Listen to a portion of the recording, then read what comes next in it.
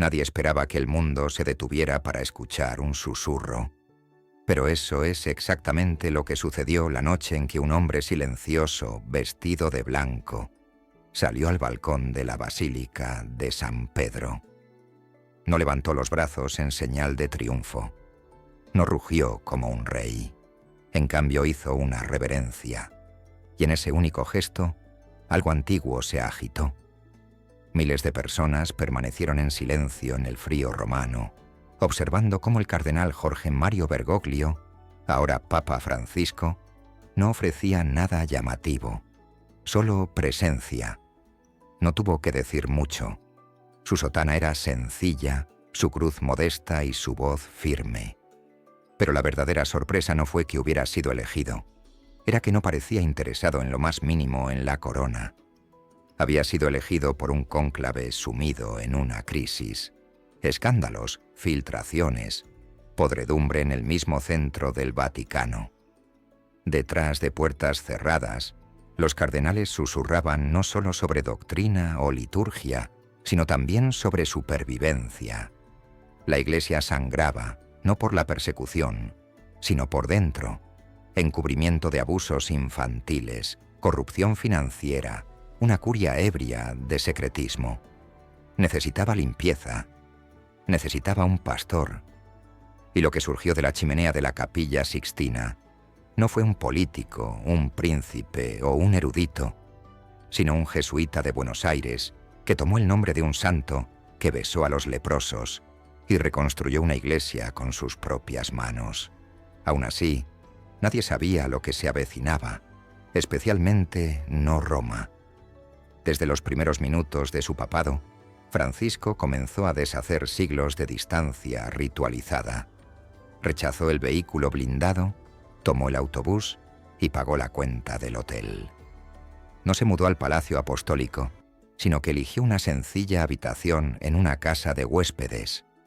Llamó a extraños, contaba chistes, dijo que los sacerdotes deberían oler a ovejas, y de repente, una institución global que parecía congelada en el tiempo se sintió alarmantemente, casi inquietantemente, viva.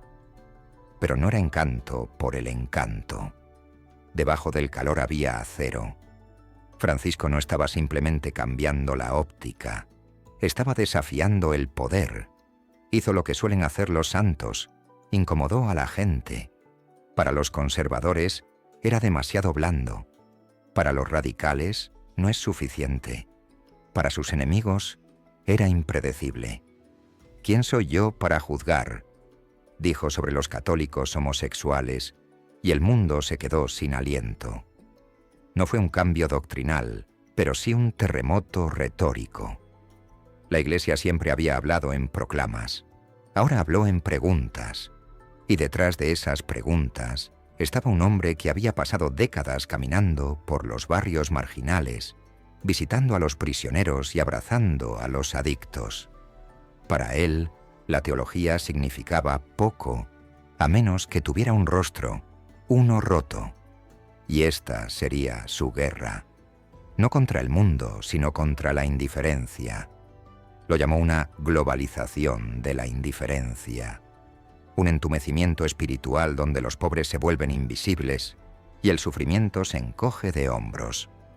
Lo vio en todas partes. En los inmigrantes que se ahogaban frente a las costas italianas, en los trabajadores aplastados por economías que solo sirven a los ricos, en los refugiados excluidos de su única esperanza. Esta economía mata, escribió, no poéticamente, sino proféticamente, y muchos se estremecieron. ¿Era papa o socialista?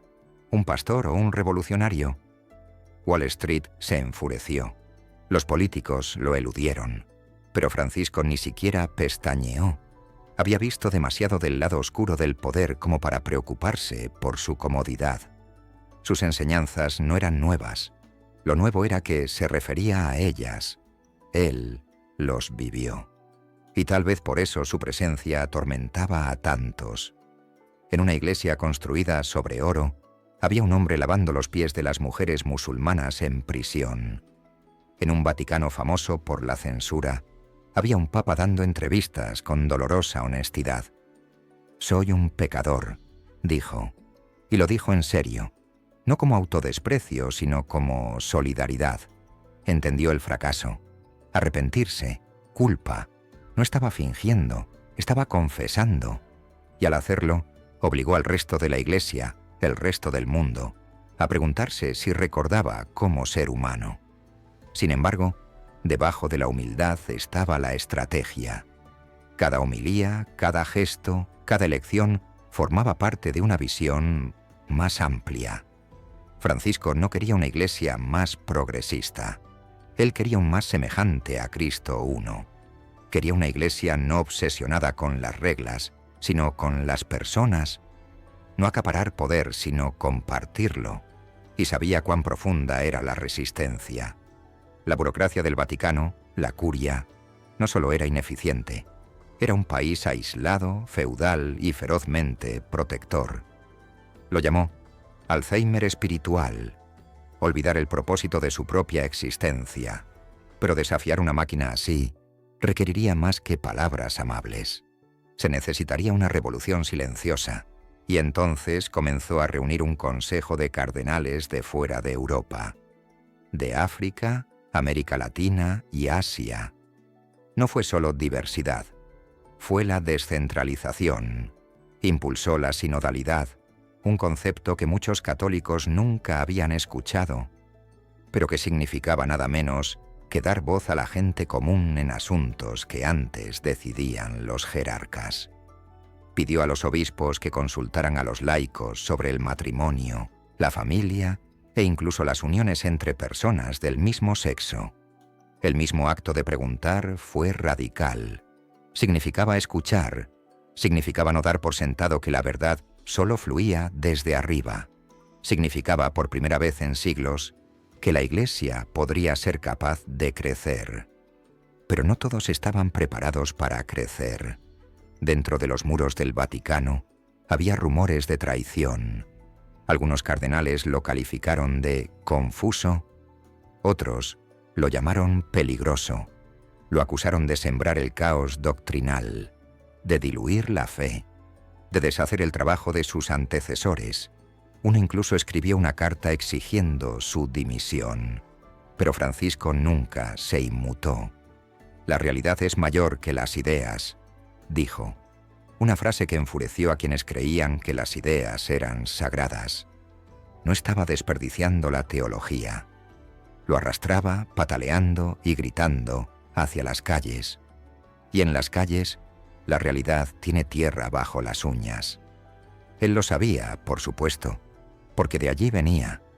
Mucho antes de Roma, antes de las túnicas blancas y los balcones, Jorge Bergoglio recorrió los barrios de Argentina, confesando en las cocinas y bendiciendo a los niños en los callejones. Había visto cadáveres arrojados a las zanjas durante la dictadura. Había vivido en el silencio de la complicidad. Y eso, tal vez, es lo que le dio su ventaja. El conocimiento de que las instituciones pueden matar con la misma seguridad que salvan. Su compasión no fue ingenua. Fue forjado en la sombra. Y trajo esa sombra consigo, no para glorificarla, sino para enfrentarla. La verdadera historia del Papa Francisco no es que cambió la Iglesia, es que se atrevió a creer que se podía cambiar, no desde arriba, sino desde dentro. Nunca prometió milagros. Lo que ofreció en cambio fue presencia, un oído que escucha, una lengua intrépida, preferencia por los heridos. Y al hacerlo, no solo se hizo eco de Cristo, provocó la misma reacción que Cristo solía provocar: admiración, sospecha y en algunos sectores rabia. Porque cuando el Evangelio se vuelve real, deja de ser cómodo y la pregunta se vuelve inevitable. ¿Y si la verdad no se parece en nada a lo que imaginamos? En sus primeros meses como Papa, Francisco desmanteló algo más que la tradición. Trastocó todo un ecosistema de poder. Convirtió el papado de un trono en un estrado de testigos. Aquellos que alguna vez vieron la Iglesia como una fortaleza, Ahora vieron cómo sus muros se adelgazaban. Sus decisiones parecían insignificantes en el papel. Viajar en un Ford Focus, usar zapatos negros, rechazar liturgias elaboradas, pero hablaban con fuerza. ¿Qué clase de líder se despoja de su propio prestigio? Para algunos fue refrescante, para otros fue desorientador. Si el papado pudiera ser tan simple, tan vulnerable, ¿qué más podría repensarse? Volvió a sorprender a los fieles ese Jueves Santo, al arrodillarse para lavar los pies de los reclusos musulmanes, incluidas las mujeres. Los teólogos se apresuraron a explicarlo. Los tradicionalistas estaban furiosos, pero Francisco no estaba tratando de provocar, estaba demostrando. No fue un truco, fue una parábola. Como Cristo antes que él, se arrodilló para servir y, al hacerlo, desafió todas las suposiciones sobre el poder con las que la Iglesia se había sentido cómoda. Este ya no era un líder envuelto en misterio. Este era un hombre que se inclinaba lo suficiente para estar cara a cara con los olvidados, y el mensaje era inequívoco. La humildad ya no era opcional. Pero la humildad no siempre es admirada. Puede confundirse con debilidad, especialmente en un sistema basado en el control. Algunos dentro del Vaticano comenzaron a murmurar. Dijeron que era imprudente, ingenuo. No respetó los protocolos, ignoró las tradiciones, no entendía la carga de la continuidad. Pero hacía tiempo que Francisco había aprendido a vivir con la desaprobación. En Argentina, había librado amargas batallas con el establishment de la Iglesia. Había fracasado, lo habían aislado, había sido humillado, y ahora esas heridas le dieron libertad. Libertad para elegir el Evangelio por encima de las apariencias, la conciencia por encima de la comodidad, la misericordia por encima de la imagen. Fue esa palabra merced. Eso llegaría a definirlo. Hablaba de ello constantemente, de forma obsesiva, como si fuera la clave que falta para todo. Este es el momento de la misericordia, declaró. No juicio, no exclusión, no triunfo, merced. Y para aquellos que habían sido heridos por la Iglesia, católicos, LGBTQ, familias divorciadas, sobrevivientes de abusos, se sentía como aire. Finalmente, un papa no solo estaba defendiendo la institución, sino que también se acercaba a aquellos a quienes había perjudicado. Pero la misericordia tiene un costo. Expone la hipocresía. Exige reflexión. Altera el equilibrio entre doctrina y compasión. En ningún lugar esa tensión fue más visible que en el sínodo sobre la familia, la primera prueba importante de la visión de Francisco. Invitó a los obispos de todo el mundo a escucharse no solo unos a otros, sino también a la gente. Salieron las encuestas. Se preguntó a los católicos comunes y corrientes sobre el divorcio, la anticoncepción y las uniones entre personas del mismo sexo. Algunos obispos resistieron, otros entraron en pánico. Fue algo sin precedentes y para algunos peligroso. Pero para Francisco, el peligro reside en el silencio. Que nadie diga, esto no se puede decir, insistió. Y de repente, la Iglesia se convirtió en una sala donde se podían hacer preguntas en voz alta, incluso si nadie tenía las respuestas todavía. Esos sínodos se convirtieron en escenarios de abierta fricción. Cardenal contra cardenal, cultura contra cultura. Algunos lucharon por mantener la línea, otros pidieron adaptación, y en el medio estaba Francisco, no exigiendo uniformidad, sino desafiando a la Iglesia a crecer. Dejó que el caos respirara, dejó que afloraran los desacuerdos, y cuando terminó, escribió la alegría del amor, la alegría del amor. Un documento no de reglas, sino de discernimiento. Fue pastoral, lleno de matices y profundamente humano, y encendió una tormenta de fuego. Algunos lo acusaron de ambigüedad, otros lo acusaron de herejía. Pocos podían negar que algo irreversible había comenzado. Francisco comprendió el peligro de su método. No era flojo con la verdad. Protegía el contexto. Sabía que la doctrina, cuando se esgrime sin piedad, se convierte en un arma. Pero muchos no estaban preparados para ese cambio. Los obispos, que habían construido carreras imponiendo la disciplina, ahora veían cómo ésta se suavizaba al escuchar. Lo que estaba en juego no era solo la teología, era la identidad. ¿Podría la Iglesia ser al mismo tiempo fiel y flexible? ¿Podría afirmar la tradición mientras caminamos con los pecadores? Francisco creía que sí. Pero creer no fue suficiente. Tenía que demostrarlo. Y mostrarlo significó caminar directamente hacia el fuego de la crítica. Y lo hizo, una y otra vez. Se enfrentó a la mafia en Nápoles, visitó barrios marginales y estrechó la mano de los recolectores de basura. Se presentó ante el Congreso de Estados Unidos y predicó no política, sino principios: dignidad, paz, cuidado de la creación, solidaridad. En todos los ámbitos desmanteló el mito del Papa intocable. No sermoneó desde un trono, caminó entre la gente. Pero al hacerlo, presionó a todos los clérigos, obispos y laicos que se habían acostumbrado al desapego clerical. Los pastores ya no podían permanecer distantes. Francis había subido el listón bajándose. Y no todos quisieron seguirlo. Incluso dentro del Vaticano la resistencia se endureció. Se filtraron documentos. Las cartas circularon de forma anónima.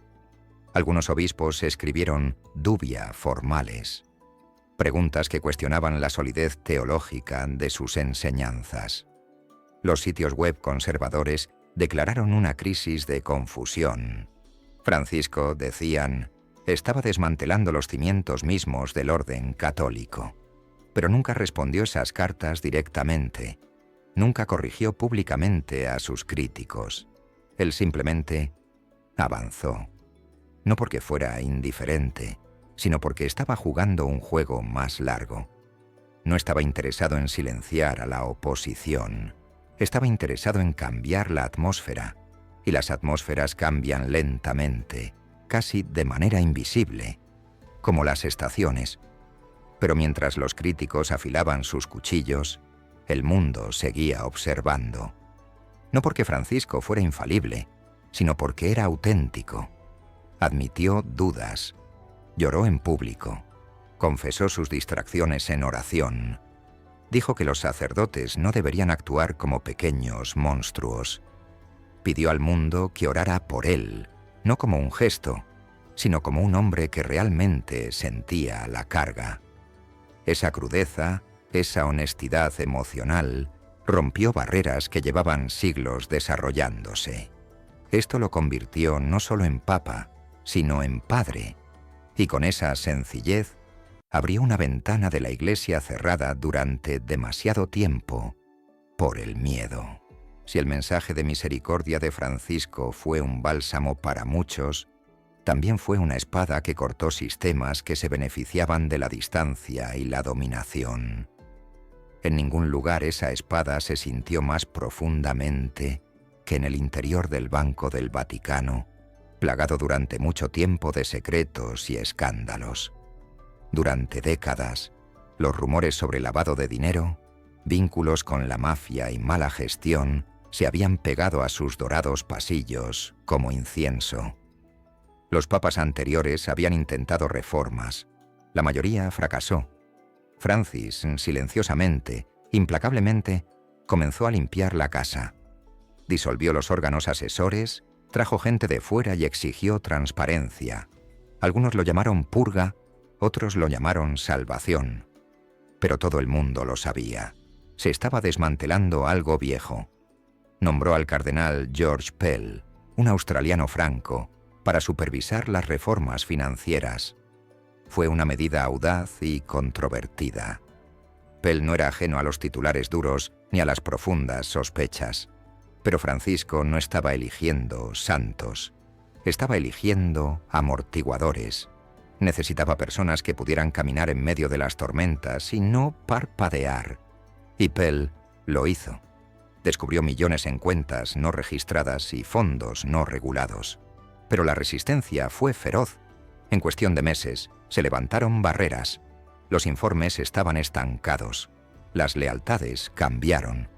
Finalmente, Pell fue llamado de regreso a Australia para enfrentar cargos no relacionados con el Vaticano. Y las reformas se desaceleraron. El mensaje fue claro. Limpiar un templo es un trabajo peligroso. Aún más volátil fue el manejo de los abusos sexuales por parte de la Iglesia. Francisco heredó un legado roto. Generaciones de silencio, encubrimientos e inmunidad clerical habían destrozado la confianza. Los supervivientes lloraron no solo por lo que se había hecho, sino también por la arrogancia de quienes no hicieron nada. Francisco lo llamó un culto sacrílego al secreto. Prometió rendir cuentas. Se reunió con las víctimas, lloró con ellos, creó una comisión, expulsó a los sacerdotes. Pero aún así, los críticos preguntaron, ¿fue suficiente? ¿Podría curarse la podredumbre sistémica con disculpas individuales?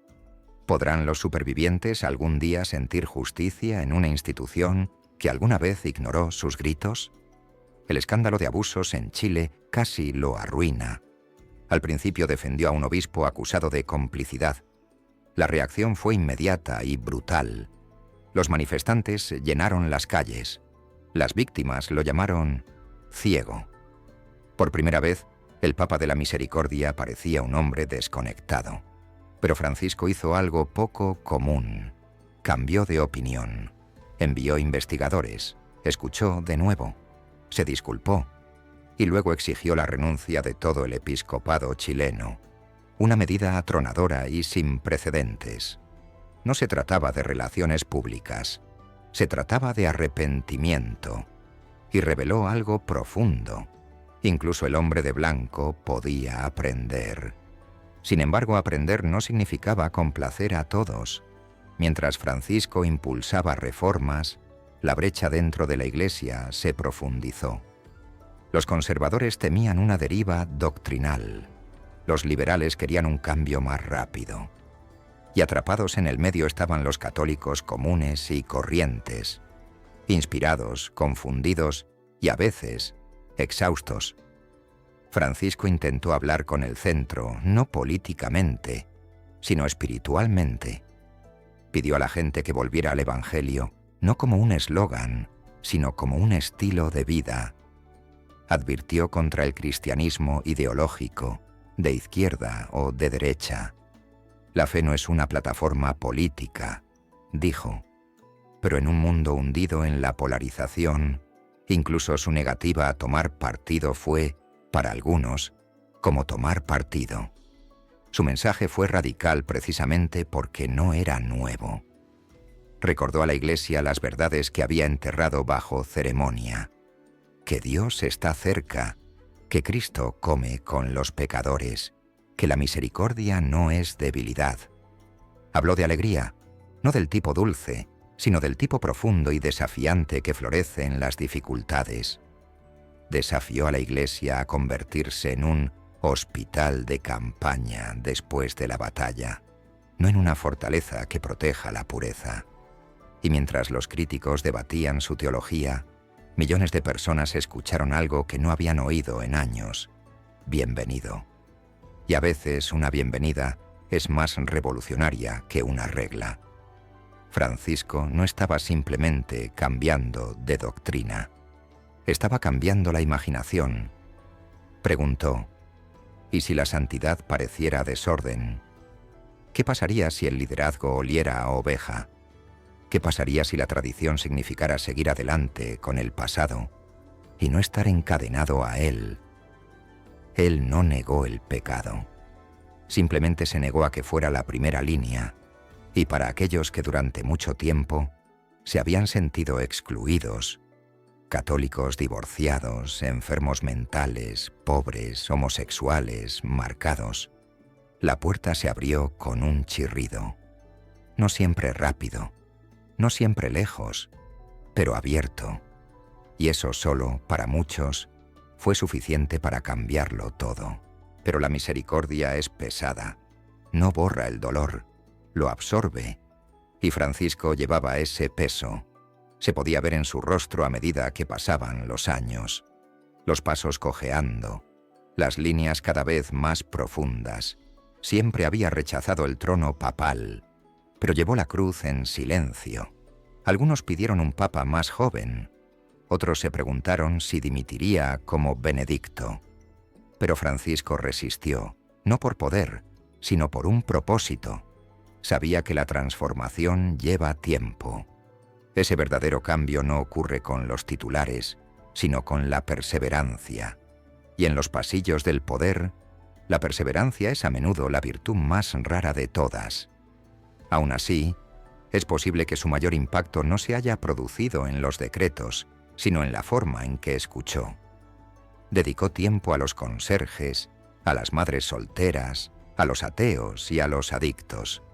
Devolvió las llamadas telefónicas, escribió cartas a mano, y nunca habló como un gobernante. Habló como un compañero de viaje. «Rezad por mí», terminaba siempre. No fue una formalidad, fue una confesión de necesidad. En un mundo obsesionado con el dominio, aquí había un hombre que no tenía miedo de necesitar. Esa vulnerabilidad no era estrategia, era carácter. Y en él reflejó algo que muchos olvidaron que Jesús alguna vez hizo.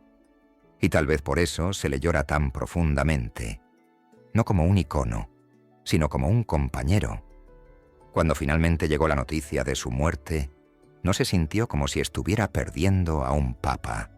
Se sintió como perder una presencia, el tipo de alma cuyo silencio perdura en una habitación.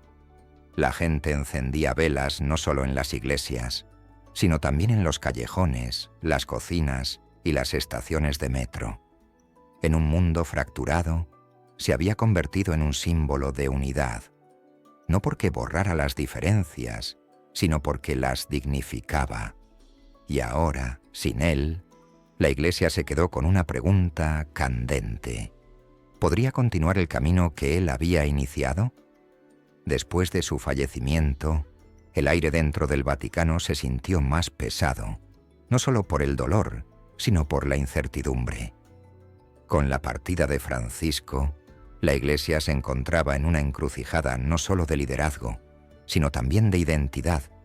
Había estirado su alma, lo arrastró hacia los márgenes, le pidió que hablara humano antes de predicar divino. Ahora la pregunta resonó como el tañido de una campana. ¿Regresaría? ¿Se retiraría a viejas certezas? ¿O correría el riesgo de convertirse en lo que había visto? No un museo de santos, sino un santuario para pecadores. La guerra entre nostalgia y renovación apenas comenzaba. Francisco siempre supo que la verdadera reforma no consiste solo en cambiar estructuras, está cambiando corazones. Y los corazones, especialmente los eclesiales, son tercos. No arrasó con la doctrina, volvió a centrar la lente. ¿Qué importaba?, preguntó. Si defendiéramos las reglas pero perdiéramos las almas, ¿de qué servía ser doctrinalmente correcto si estábamos pastoralmente muertos? Eran preguntas peligrosas, no porque fueran heréticas, sino porque eran ciertas. Y la verdad, cuando amenaza la comodidad, a menudo se siente como una traición.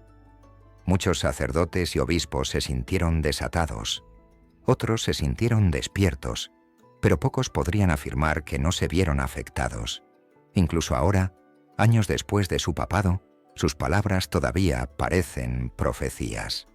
«Una iglesia que no llora», dijo una vez, «es una iglesia que ha olvidado cómo amar».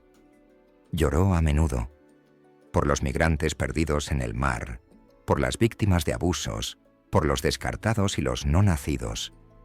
Pero sus lágrimas nunca fueron una actuación.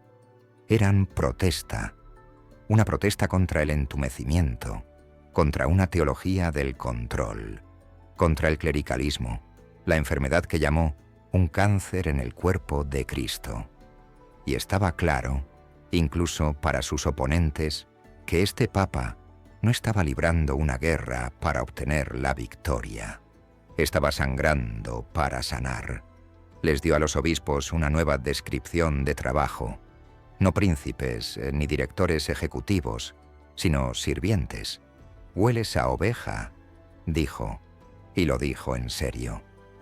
Para aquellos que habían pasado décadas ascendiendo en las escalas eclesiales, esto fue una afrenta. No más alfombras rojas, no más anillos de oro, no más esconderse detrás de vestimentas. Si lideras, debes amar. Si predicas, debes caminar. Algunos refunfuñaron, otros dimitieron, pero muchos más se quedaron y, poco a poco, empezaron a cambiar. No estaba forzando la conformidad, estaba invitando a la transformación. Y la transformación, a diferencia de la obediencia, no puede ser impuesta. Y, sin embargo, su acercamiento a las mujeres siguió siendo una herida. Hablaba a menudo de su genio, de su carácter indispensable y de su perspicacia. Pero los críticos preguntaron, ¿dónde estaba su poder? Amplió la consulta, creó comisiones, abrió puertas a teólogos y religiosas, pero el sacerdocio permaneció intacto. Algunos aplaudieron su cautela, otros lo llamaron cobardía. Francisco caminó en una línea entre la reverencia y la resistencia. Temía el simbolismo, pero también temía una ruptura. Aún así, el hecho de que estas preguntas estuvieran incluso sobre la mesa papal, preguntadas, discutidas, luchadas, marcó una grieta en siglos de silencio. Y las grietas, por estrechas que sean, dejan pasar la luz. No buscó la división, pero lo aceptó como el costo de la autenticidad. Sabía que algunos tergiversarían sus palabras, otros convertirían sus silencios en un arma, pero se negó a hablar en términos absolutos solo para consolar a los ansiosos. Para él, la ambigüedad no era un fracaso, sino una realidad. La vida es gris, dijo una vez, y Dios camina con nosotros en el gris. Esto no fue relativismo moral, fue misericordia moldeada por la experiencia. Y para una generación asfixiada por falsas certezas, su voz se sintió como un aliento, no porque simplificó la vida, sino porque abrazó su tensión. Incluso sus opiniones sobre el medio ambiente conllevaban la misma urgencia moral. Laudato Si, su encíclica sobre el cuidado de nuestra casa común, no era solo un documento ecológico. Fue una llamada de atención espiritual. Habló de la tierra como una hermana con quien compartimos nuestra vida. Vinculó la crisis climática con la pobreza, la codicia y el consumismo. Declaró que la destrucción del medio ambiente es un pecado, no solo contra la naturaleza, sino también contra los pobres que sufren sus peores consecuencias. Para muchos, era la primera vez que la Iglesia parecía un profeta, no un juez. Pero como siempre, la profecía trae reacciones negativas. Los comentaristas políticos lo desestimaron como un papa verde. Las corporaciones se burlaron. Los negacionistas del clima estaban furiosos, pero Francisco no se inmutó. Su visión de la creación no era ideológica, fue encarnación. Dios hizo el mundo y lo llamó bueno. Nuestra tarea era protegerlo, no explotarlo. Y al vincular la justicia ecológica con la responsabilidad espiritual, Francisco volvió a recordarle a la Iglesia algo antiguo, que la santidad no puede existir independientemente de cómo tratamos a nuestro prójimo. Y nuestro prójimo incluye el planeta en el que nos encontramos. Incluso la suciedad, parecía decir, es sagrada. En sus últimos años, su cuerpo se ralentizó. Su voz se hizo más fina. El hombre que antes se arrodillaba con facilidad, ahora se apoyaba en bastones y brazos. Pero su fuego nunca se apagó. En todo caso, su vulnerabilidad hizo que su mensaje fuera más fuerte. Ya no era solo el reformador, era el testigo. Soportó el sufrimiento con dignidad, no para glorificar el dolor, sino para mostrar que el amor es posible incluso cuando las fuerzas se desvanecen. No le tenía miedo a la muerte. Había caminado con los moribundos, besado sus heridas, enterrado sus propios arrepentimientos. Y cuando llegó el final, no fue una tragedia, fue un testimonio. Testimonio que la misericordia es poder, esa ternura es coraje, ese cambio, incluso en los lentos engranajes de la tradición, es posible. Y ahora, con su asiento vacío, el legado de Francisco no es una estatua ni una doctrina. Es una pregunta, un desafío, una forma de ser. La Iglesia tiene sus palabras, pero lo más importante es que tiene su ejemplo. Y lo más difícil del ejemplo es vivirlo. En la tranquilidad que siguió a su fallecimiento, la Iglesia no colapsó, pero sí hizo una pausa. A medida que llegaban los tributos, también lo hacían los ajustes de cuentas. ¿Quién era realmente este hombre? ¿Un reformador? ¿Un santo? ¿Un disruptor? ¿Un irritante? Quizás la mejor pregunta no fuera quién era, sino qué reveló. Francisco no había intentado inventar una nueva iglesia. Había tratado de descubrir el antiguo, el que estaba enterrado bajo capas de miedo, jerarquía y amor olvidado. Y al hacerlo, volvió a enamorar a muchos. Otros se desmoronan. Ambas reacciones fueron sagradas, porque ambos significaban que los corazones se habían conmovido. Su legado no puede medirse por cambios de políticas o novedades teológicas. Vive en espacios más sutiles, en sacerdotes que empezaron a escuchar antes de hablar, en parroquias que abrieron más sus puertas, en refugiados a los que llamaron por su nombre, no por su número. Vive en el simple acto de un papa que hizo contacto visual, que estrechó la mano sin guantes, que viajó en el asiento trasero y atendió llamadas telefónicas durante la cena. En una institución conocida por su opulencia y mística, esos gestos no eran triviales, eran tectónicos. Recordaron que la Iglesia es, ante todo, un cuerpo humano. Magullado, sí, pero respirar. Hubo cosas que dejó sin terminar.